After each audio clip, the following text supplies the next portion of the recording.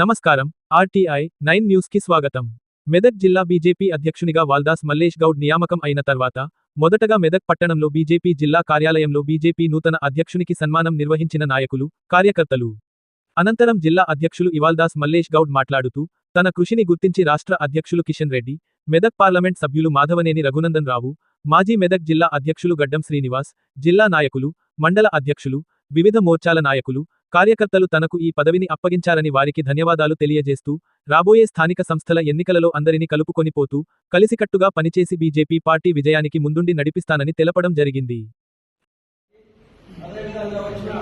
మండలాధ్యక్షులకు, మండల స్థాయి నాయకులకు, పత్రికా మిత్రులకు, మీడియా మిత్రులకు అందరికీ కూడా పేరు పేరున నమస్సుమంజనలు తెలియజేసుకుంటున్నాను.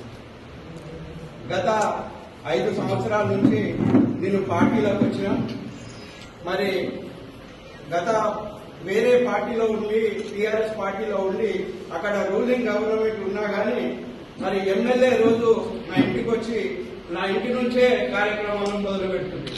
అలాంటి ఎమ్మెల్యే విడిచిపెట్టుకొని ఆ పార్టీ విధి విధానాలను నచ్చలేక నేను బీజేపీ పార్టీలకు గత 5 సంవత్సరాల క్రితం రావడం జరిగింది. మరి పార్టీలకు వచ్చిన నుంచి కూడా గడ్డం శ్రీనివాస్ అన్న గారే మరి జిల్లా ప్రెసిడెంట్ గా ఉన్నారు. మరి వారితోని నేను కంటిన్యూగా ఏ కార్యక్రమం చేసినా కానీ వారితో పాలు పంచుకొని నేను కార్యక్రమాలు నిర్వహిస్తూ వచ్చిన, ఏ కార్యక్రమం ఉన్నా సీనన్న చెప్పగానే తప్పకుండా పార్టీ కార్యక్రమాలకు హాజరైన, మరి ఇవన్నీ ఆలోచించి మరి పార్టీ మనకు ఒక బాధ్యత అనేది నాకు ఈ రోజు అవకాశం కల్పించింది.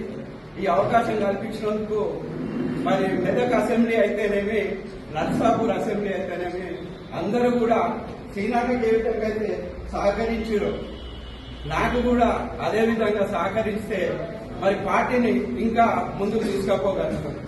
మరి రాష్ట్ర పార్టీ నాకు ఒక బాధ్యత ఇచ్చే ముందు నాకు రాష్ట్ర పార్టీ ఒక ఫోన్ చేసి, మరి గడ్డం శ్రీనివాస్ గారు మెదకులో బాగా కష్టపడ్డారు, వారికి 72% అంటే తెలంగాణలో హైయెస్ట్ రేంజ్ లో ఉన్నాడు గడ్డం శ్రీనివాస్ గారు. మరి నీకు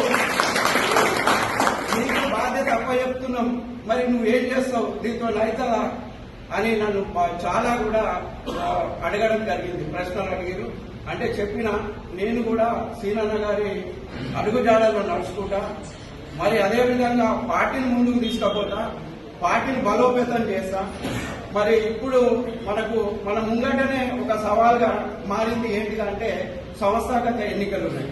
ఆ ఎన్నికలలో కూడా మరి కష్టపడి పనిచేస్తా, అందరినీ కలుపుకొని పోతా అని చెప్పి పార్టీకి మాట ఇవ్వడం జరిగింది.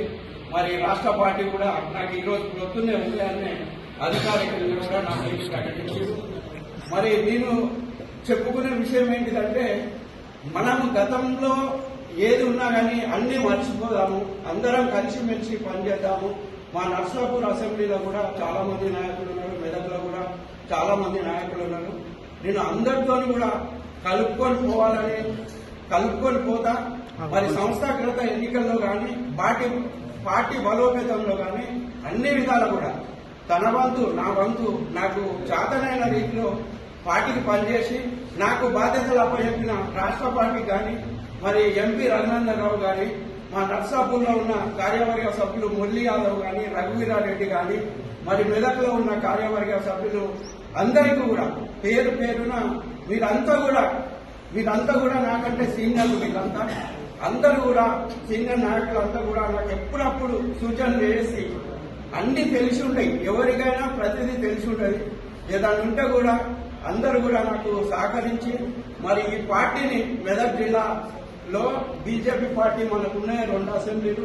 ఈ 2 అసెంబ్లీలను మరి వచ్చే ఎన్నికలలో సంస్థాగత ఎన్నికలలో భారీ మెజార్టీతో చాలా సీట్లు మనం సంపాదించుకున్నట్టయితే మళ్ళా మనం కూడా ఎమ్మెల్యే ఎలక్షన్ కూడా కొట్టడానికి మనకు కూడా కొద్దిగా ఈజీగా ఉంటుంది.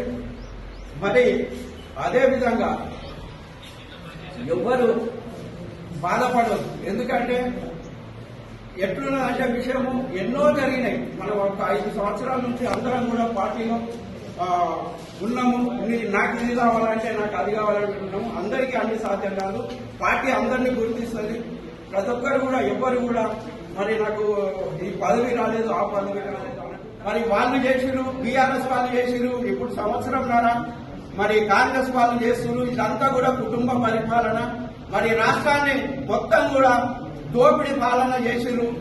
మరి రాష్ట్రాన్ని దోసుకున్నది తప్ప ప్రజలకు మేలు చేసిరు అంటే కేవలం మన నరేంద్ర మోడీ గారు. మరి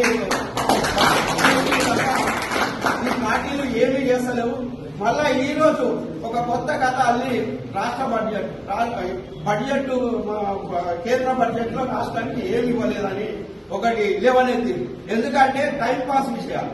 వాళ్ళు ఇస్తున్న హామీలు ఒక్కటి కూడా నెరవేర్చకుండా మరి డబ్బులు లేక సతమతం అవుతూ కేంద్రం నుంచి ఏమొస్తాయి దాన్ని లాక్కొని తిందామనే రీతిలో ఉండి కూడా మళ్ళా ఇవాళ రోడ్ల మీదకి వచ్చి నరేంద్ర మోడీ గారిని బదనాం చేసే పరిస్థితికి వచ్చింది. ఇది ప్రజలందరూ కూడా గ్రహిస్తున్నారు. నరేంద్ర మోడీ గారు ప్రజలకు ఏం చేసిండు అనేది ప్రతి విషయం కూడా ప్రజలకు అర్థమైపోయింది. ఇప్పుడు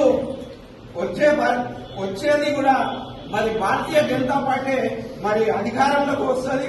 మరి 10 సంవత్సరాలు వాంకేషన్ చూసిరు. ఇప్పుడు వీళ్ళన్నీ కూడా అబద్ధం ఆడుతున్నారు. కాంగ్రెస్ పరిపాలన సంవత్సరంన్నర కూడా ఇంత కాలేదు. కానీ కాంగ్రెస్ చేసిన తప్పిదాలు మొత్తం ప్రజలకు అర్థమైపోయినాయి. మరి మనము బీజేపీ పార్టీ కూడా మరి నరేంద్ర మోడీ గారి యొక్క సంక్షేమ పథకాలన్నీ కూడా తీసుకొని మనం ముందుకు పోవాలని కోరుకుంటూ ఈ యొక్క అవకాశం ఇచ్చిన అందరికీ కూడా మన మెదక్ జిల్లా నాయకులకు, నర్సాపూర్ నాయకులకు అందరికీ కూడా పేరు పేరున నమస్కారాలు తెలియజేస్తూ నమస్కారాలు తెలియజేస్తాను.